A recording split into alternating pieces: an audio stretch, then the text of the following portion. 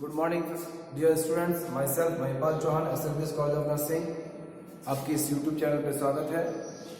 Channel को subscribe कीजिए, like कीजिए और शेयर भी कीजिए, और जो बेल आइकन है उसको प्रेस कीजिए, जिससे आपको ऑल नोटिफिकेशंस मिलते रहेंगे। तो आज अपन डिस्कस कर रहे हैं कॉन्ट्रासेप्टिव मेथड का सेकंड जो मेथड है वो है आपका परमानेंट मेथड, और इस मेथड को अपन टर्मिनल मेथड भी कहते हैं। और परमानेंट मेथड का मतलब होता है कि ये इरिवर्सिबल है। अगर आप इस मेथड को एक बार अडॉप्ट कर लेते हैं तो वापस आप इससे रिवर्ट बैक नहीं आ सकते, मीन्स आप वापस प्रेगनेंसी को कंटिन्यू नहीं कर सकते या फिर प्रेगनेंसी की प्लानिंग नहीं कर सकते हैं। तो इसलिए जब भी अगर आपको परमानेंट मेथड अडॉप्ट करना होता है उस समय आपको ये कंसिडर कर लेना चाहिए कि हमें आगे और बच्चों की आवश्यकता नहीं है, means they should not need any more children. So for that purpose the permanent method is good and effective methods. अगर इसकी बात करते हैं तो स्टेरिलाइजेशन दो टाइप के होते हैं, एक होता है मेल और एक होता है फीमेल। और इंडिया के अंदर फीमेल स्टेरिलाइजेशन 85% है और मेल स्टेरिलाइजेशन 10 to 15% है।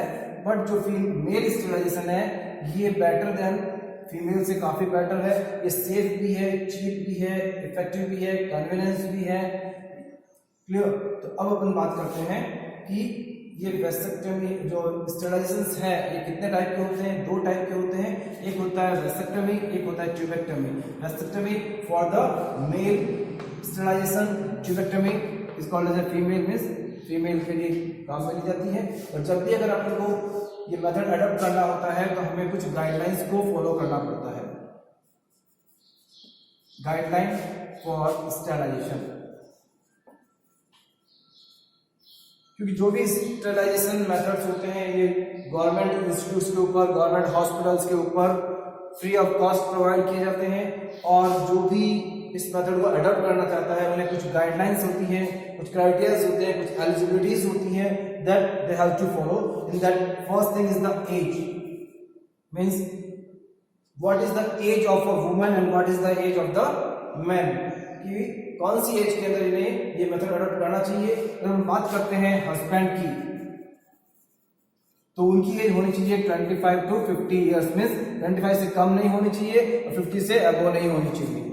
फीमेल की बात करते हैं अपन, मींस वाइफ, उनकी एज 20 से कम नहीं होनी चाहिए और 45 से अबव नहीं होनी चाहिए, क्योंकि 45 के बाद भी क्या जाता है आपका मेनोपॉज आ जाता है। नेक्स्ट आता है there should be a 2 live children, क्या होना चाहिए, 2 लाइव चिल्ड्रन होने चाहिए। और जो मोटिवेटेड कपल्स होती हैं उनके 2 लाइव चिल्ड्रन होने चाहिए। अगर 3 चिल्ड्रंस हैं तो इसके अंदर लोअर एज को कंसीडर किया जाता है कि उस एज के ऊपर आप इसको क्या कर सकते हैं, इस मेथड को अडॉप्ट कर सकते हैं। फिर आता है जो भी एक्सेप्टर्स हैं जो इस मेथड को एक्सेप्ट कर रहे हैं उनसे अपन कंसेंट लिया जाता है कि कंसेंट इंपॉर्टेंट है। Either from the male is going to means from female side they have to take the consent. If the female is taking for tubectomy they have to get a consent from this one, clear, from the male side. So इस तरीके से these are the some eligibility criteria or the guidelines are for the sterilization. Next we will discuss about the vasectomy, कि vasectomy क्या होता है।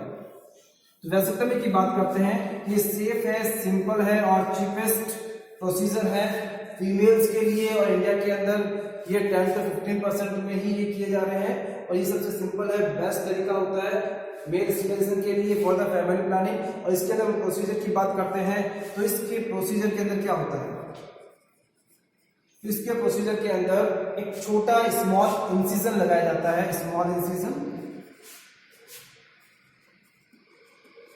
और इसके जो स्क्रोटम होता है, स्क्रोटम में क्या होते हैं, टेस्टिस होते हैं।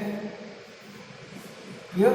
क्या होते हैं, टेस्टिस होते हैं। और इन टेस्टिस से क्या होते हैं, आपके वासा डिफरेंस निकलती है। ये क्या है, आपके वास डिफरेंस। क्लियर? तो ये वास डिफरेंस क्या करती है, टेस्टिस से आपके क्या कैरी करती है, सेमन्स कैरी करती है। तो इस सेमन के अंदर क्या होता है, स्पर्म्स होते हैं। तो इन दैट कंडीशन क्या होता है, इसके अंदर एक छोटा सा कट लगा दिया जाता है 1 centimetre cut both side, because they are the two testis means both side की जो वैसा डिफरेंस है उसको 1 सेंटीमीटर कट लगा दिया जाता है, या फिर कट लगाने के बाद इनके दोनों एंड्स को ऊपर की ओर और नीचे की ओर इनको मोड़ दिया जाता है, रिवर्ट बैक कर दिया जाता है, और इसको लिगेट भी कर सकते हैं। और इसके बाद में इसको अपन क्या कर देते हैं, स्टिच कर देते हैं। इस पार्ट को जहां से भी अपन ये लगा रहे हैं इसको स्टिच करने के बाद इसके अपन क्या लगाते हैं, बैंडेज लगा देते हैं। और बैंडेज लगाने के बाद पेशेंट को 3 to 4 आवर्स के अंदर अपन क्या कर सकते हैं, डिस्चार्ज भी कर सकते हैं। और ये हो गया सिंपल प्रोसीजर। अब इसकी बात करते हैं post operative advice. Post operative advice means ये सर्जरी करने के बाद या प्रोसीजर करने के बाद जो भी मेल्स हैं उन्हें हम कुछ गाइडलाइंस दी जाती है, कुछ एडवाइस दी जाती है कि that things has to do और that thing should not to do. In that the first thing is after the procedure the particular male is not completely sterile till 30 ejaculation और 3 months। इसका मतलब है ऐसा नहीं है कि आपने मेल स्टेरिलाइजेशन करवाया है, वेस्टेक्टमी करवाई है और नेक्स्ट डे ही आपके जो भी इजैकुलेशंस होंगे उसके अंदर स्पर्म नहीं होगा, इसके अंदर स्पर्म प्रेजेंट रहेंगे। इसलिए आपको क्या करना है, 30 इजैकुलेशन तक वेट करना है और 3 months तक वेट करना है। अगर आप के बाद में इसके बीच में अगर करते हैं, you should have to use another contraceptive. क्या करना है, कॉन्ट्रासेप्टिव यूज करना है। क्लियर। इसके बाद आता है 24 hour bed rest. Clear. Then T bandage has to apply. Clear. T bandage has to apply और जो भी perineal area it should not be wet, dry और clean for 15 days। Clear? Should not lift heavy object or heavy work for 15 days. Clear? तो ये चीजें हैं, तो इससे चीजें आपको पोस्ट ऑपरेटिव एडवाइस के अंदर फॉलो करनी होगी। और जो स्टिचेस होते हैं वो 5th पोस्ट ऑप डे पे रिमूव किए जाते हैं। तो ये चीजें कुछ पोस्ट ऑपरेटिव एडवाइसेस हैं जो आपको फॉलो करनी पड़ेगी। क्लियर। नेक्स्ट अपन बात करते हैं, इसके अंदर एक और छोटा सा प्रोसीजर होता है, उसे क्या बोलते हैं अपन, NSV। क्या बोलते हैं, NSV means non scalpel vasectomy. तो जो NSV प्रोसीजर है ये न्यू प्रोसीजर है। इसके अंदर एक छोटा सा इंसिजन किया जाता है और इंसिजन करने के बाद जो भी वैसा डिफरेंस होती है, उसको कट करने के बाद, वैसा डिफरेंस को कट करने के बाद उसको वापस स्टिच नहीं करते हैं। क्लियर। इसमें क्या करते हैं अपन, स्टिच लगाते हैं, इसके अंदर स्टिच नहीं करते हैं, नो स्टिच। क्लियर। और जस्ट अप्लाई द बैंडेज, इसको बैंडेज लगा के अपन इसको फ्री कर देते हैं। और जो ये NSV जो प्रोसीजर्स है ये वाइडली एक्सेप्टेबल प्रोसीजर है इंडिया के अंदर। और इस प्रोसीजर्स को अपन मेनली जो भी कैंप्स ऑर्गेनाइज किए जाते हैं गवर्नमेंट्स के द्वारा for the vasectomy, for the male sterilisation, उन कैंप्स के अंदर इसी प्रोसीजर को फॉलो किया जाता है। क्योंकि इसके जो स्टे होता है, शॉर्ट ड्यूरेशन होता है, सिंपल है, ये अंडर लोकल एनेस्थीसिया और छोटे जो सेंटर्स हैं वहां पे भी इसको अपन क्या कर सकते हैं, प्रोसीड कर सकते हैं, अप्लाई कर सकते हैं। इस तरीके से अपन फीमेल जो मेल स्टेरिलाइजेशन है उसको अपन कंप्लीट करते हैं और इसका इफेक्टिवनेस भी बहुत है। अगर इसके अपन मेरिट्स की बात करते हैं तो ये मेरिट्स क्या होता है, सेफ है, सिंपल है, कन्वीनियंस है, इफेक्टिव है और it is a one time procedure. So और it is not interfering the sexual desires and sexual activities के अंदर ये कोई भी प्रॉब्लम क्रिएट नहीं करेगा। और डीमेरिट्स की बात करते हैं तो there may be a pain for 2 to 3 days, the swelling is there, blushing conditions will be there. ये चीजें आपको इसके अंदर मेरिट्स और डीमेरिट्स मिलेगी। अब अपन बात करते हैं next, that is the tubectomy और फीमेल स्टेरिलाइजेशन। तो इस फीमेल स्टेरिलाइजेशन के अंदर क्या होता है कि इसके अंदर जो फैलोपियन ट्यूब है, क्या होती है, फैलोपियन ट्यूब को कट किया जाता है। मीन्स स्ट्रक्चर अपन बनाते हैं कि ये आपका यूट्रस है, ये आपकी फैलोपियन ट्यूब है, ये आपके एम्पुलास है, ये आपके ओवरीज है। तो ये क्या होता है, यूट्रस, ये आपकी फैलोपियन ट्यूब है। और इस फैलोपियन ट्यूब के अंदर क्या करते हैं अपन, इसको यहां से यहां कट किया जाता है बोथ साइड।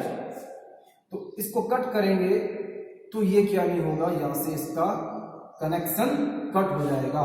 कनेक्शन कट हो जाएगा मतलब यहां से जो भी ओवम रिलीज होगा वो यहां आके डिस्ट्रॉय हो जाएगा, क्योंकि ये फर्टिलाइजेशन के लिए आगे नहीं जाएगा। तो इसके अंदर अपन क्या करते हैं, दो मेथड अडॉप्ट करते हैं। एक होता है आपके लैप्रोस्कोपिक, एक होता है मिनी लैप। क्या होता है, लैप्रोस्कोपिक एंड मिनी लैप। तो लैप्रोस्कोपी की बात करते हैं तो इसके अंदर 3 to 4 होल्स किए जाते हैं, इसके अंदर 2 होल्स होते हैं। क्लियर? तो अपन बात करते हैं लैप्रोस्कोपिक की। तो लैप्रोस्कोपिक जो भी ट्यूबेक्टमी करते हैं या फीमेल स्टेरिलाइजेशन करते हैं, it is help of the laparoscope, help of the laparoscope की हेल्प की वजह से। और जब ये 3 to 4 होल्स करते हैं तो ये क्या होता है, एब्डोमिनल अप्रोच।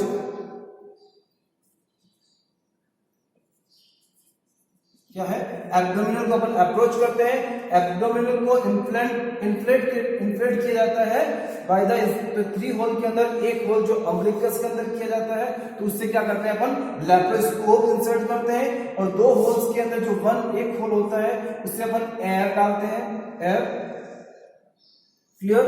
और गैस, नाइट्रोजन गैस होती है, एयर में अपन डाल सकते हैं। इससे क्या हो जाएगा, आपका एब्डोमेन इन्फ्लेट हो जाएगा। और एक होता है वो लिगेशन एपरेटस, लिगेशन एपरेटस और ट्यूबिंग्स होती है, वो करते हैं।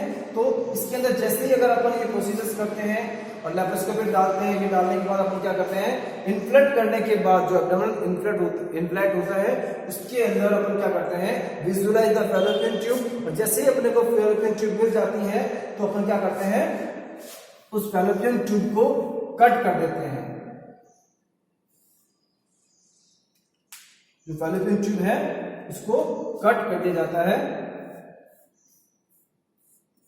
तो ये फैलोपियन ट्यूब है, कट कर दिया जाता है, या फिर इसके अंदर रिंग लगा दी जाती है।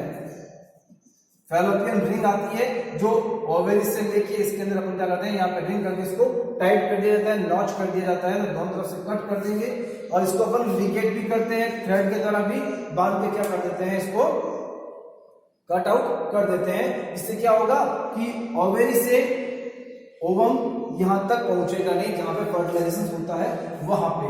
तो इस प्रोसीजर्स के लिए वुमेन्स को हॉस्पिटल में रखा जाता है 48 आवर्स के लिए।